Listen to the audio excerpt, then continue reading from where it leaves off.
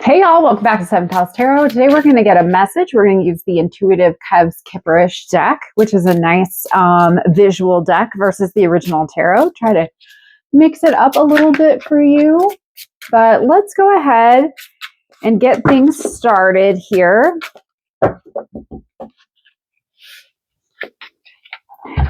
So with our situation, we have destruction.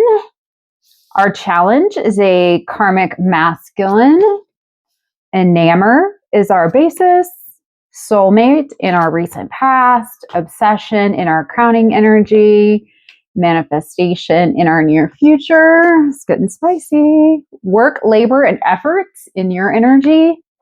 You've got a false narrative in the external.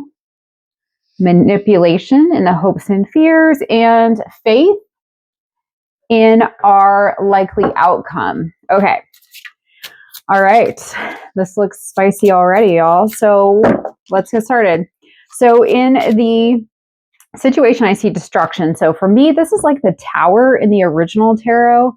And so this is kind of, something is unstable. It's breaking down. It could be, a situation. It could be, a relationship. It could be at work. It could be, etc. But knowing we have this Karmic Masculine in the mix, I'm going to assume maybe this is a relationship dynamic.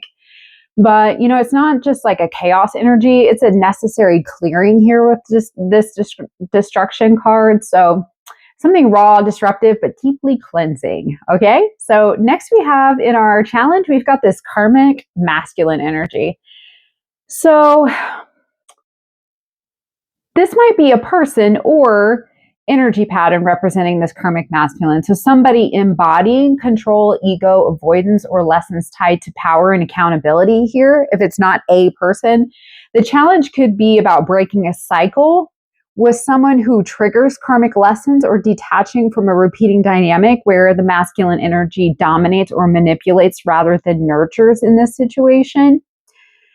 And so then we have at the basis, we have enamor at the foundation here. So there's a deep emotional attachment or romantic pull in this situation. So this is likely what keeps the connection intense or hard to release. So there's chemistry here. There's desire. There's lust, idolization. It suggests the emotional core has been strong, possibly intoxicating, but not necessarily balanced between you and this Karmic Masculine energy. So in the recent past, we've got soulmate. So the connection felt or was believed to be a soulmate bond. And not that I'm saying it is or was, I'm just saying that it felt like that to you. So something faded, deep and spiritually charged here. You had a deep tie to this Karmic Masculine. This card reflects recognition, familiarity, or a sense of destiny. It may have been genuine, but given the surrounding cards, it might also have been up in the stage for karmic learning rather than a permanent union between you and this person. So in the crowning energy, we have obsession. So currently, mentally and emotional energy is fixated on the situation. So you're really thinking about it. There's strong longing, compulsive thinking. It's consuming you. This could suggest an attachment that's hard to shake, fueled by both emotional depth and psychological intensity here. It's a signal that the energy is looping rather than flowing. So calling for release or detachment here. This is really consuming your time. This connection and this whole situation is really heavy on your mind. But in the near future, I do see manifestation here. So that's hopeful. Despite the turbulence, you're stepping into a phase of conscious creation. The key here is that manifestation follows destruction. So meaning that's what's being cleared is making room for what's meant to be built. So likely start seeing alignment between your intentions and your external reality once the emotional charge settles. So once the dust settles, I think you're going to see this real power coming through in the near future with the manifestation card. And then in your energy, we have work, labor, and efforts. So I think you're going to start seeing the fruits of your labor here. This indicates growth and payoff for the internal or external work that you've been doing. So maybe you've been working on yourself spiritually, physically, emotionally here. But even in the situation, even if this situation feels chaotic here, your consistent emotional or spiritual effort is starting to bear results for you. So especially in self-awareness, healing, or reclaiming personal power. Struggling to get my words out during this reading. Sorry, guys. In the external, we have false narrative. So there's some outside influences here, or another person maybe projecting illusions, misrepresenting truths, or caught in denial here, possibly just some gossip. There's likely a disconnect between perception and reality here. Someone may be wearing a mask or trying to shape the story to avoid accountability here. So it can also mean gossip, misunderstanding, emotional gaslighting, etc. So this could be a friend. It could be just someone else in the mix.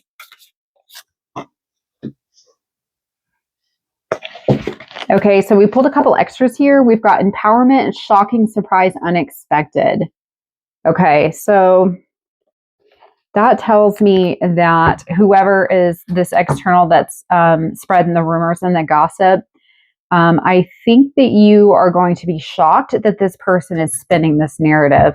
Okay, so then in the hopes and fears, we have manipulation. This reveals an underlying worry about control here, either being manipulated or unconsciously manipulating the circumstances to fit a desired outcome. Either, it could be that you're concerned about this other person spinning the narrative, possibly, but there's a longing for authenticity, but fear of being deceived again. So I think that you want to think the best of this person in this situation, but I think that you know that you are also taking a risk in the situation by trusting this person again. So it can also reflect your own self-awareness. That attachment can blur discernment here. And so in the likely outcome, we have faith. So after all the destruction, the karma, and the illusion, the ending note is trust here, which is great. Faith isn't blind optimism here. It's the surrender that allows healing and alignment to occur. So this faith card signals emotional peace, returning, possibly a spiritual or emotional reset, where you trust that situation, no matter how painful, is leading to balance and higher understanding. So I see a lot of transitional, like love or karmic release cycle here, one that's nearing completion. The pattern of destruction of obsession suggests that an old energetic tie is being burned away to make room for true manifestations and faith here. So you're moving from attachment and illusion to trust and creation here. So that is very good news here. Let's see. So the bondage card popped out. Let's see if there's anything else here. In relationship. Okay. So there might be. Okay. Couple of things here. So this bondage, if this bondage is you, it could be that you are having some real heartache over this, like self-entrapment type limitation thoughts, like maybe you're caught in your head or you feel like your hands are tied. I feel like, and that's around this relationship here with this karmic masculine, but I do think that you're going to come out unbothered in this situation here. Let's see if there's anything else we can. Okay, so I've got divine masculine,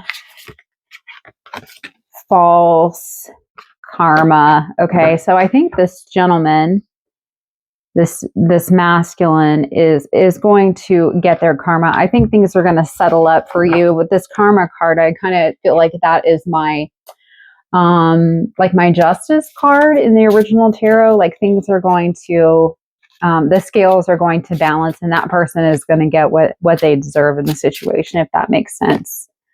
Yeah, you're going to leave this situation behind. This family card is kind of like the 10 of Cups to me, like wish fulfillment here, but leaving behind this abuse, abandonment, imprisonment, this karmic cycle here, and expecting some stability in the future. All right, guys, let me know if that resonated for you. If you liked the Kipperish deck, please let me know. I do like the pictures, but I will see you all in the next reading.